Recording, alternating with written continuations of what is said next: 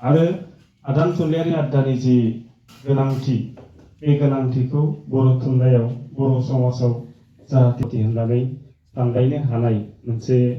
दोहोन महरै जों जाहाथे जोंनि दैदेनगिरि मुलुगावहायना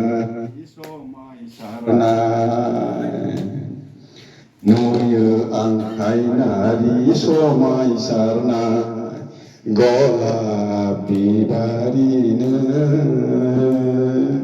गेवलां बारफुनाय बिबार गावदां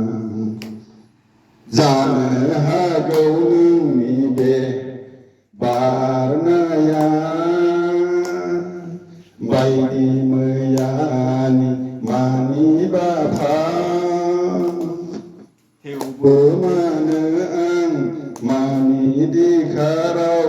नागिरो नोंनि गोजोननायाव गलाप बिबारिनो गेवलां बारफुनाय बिबार गावदां आं मोनथि मोना मानि थाखाय नों आंनि दरखङाव बारफैदो आं मोनथि मोना मानि थाखाय नों आंनि लांगोनायाव मिनिफैदो गलाप बिबारिनो गेवलां बारफुनाय बिबार गावदां बे जाबाय आं खन्थाइ जिथु आवरायनो नामा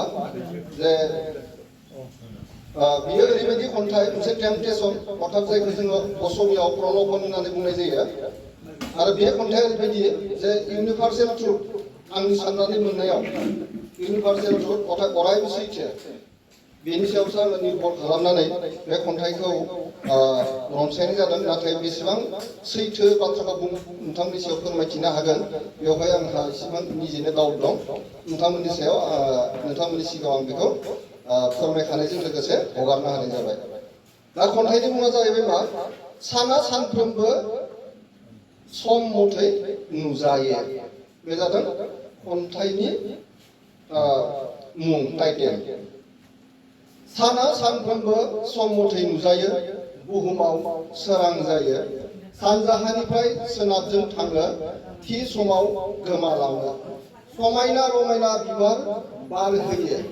माइ आरो फिथाइ सामथाइ फोमोनो लैथोनि दैखौ खफ' खालामो जोमैनिफ्राय अखा हाहोयो जिउ जिरादनि जोनोम जाहोयो बोरायना जय थैलाङो बेनो जाबाय आंनि सोरजिनाय खन्थाइ आं बेखिनिखौनो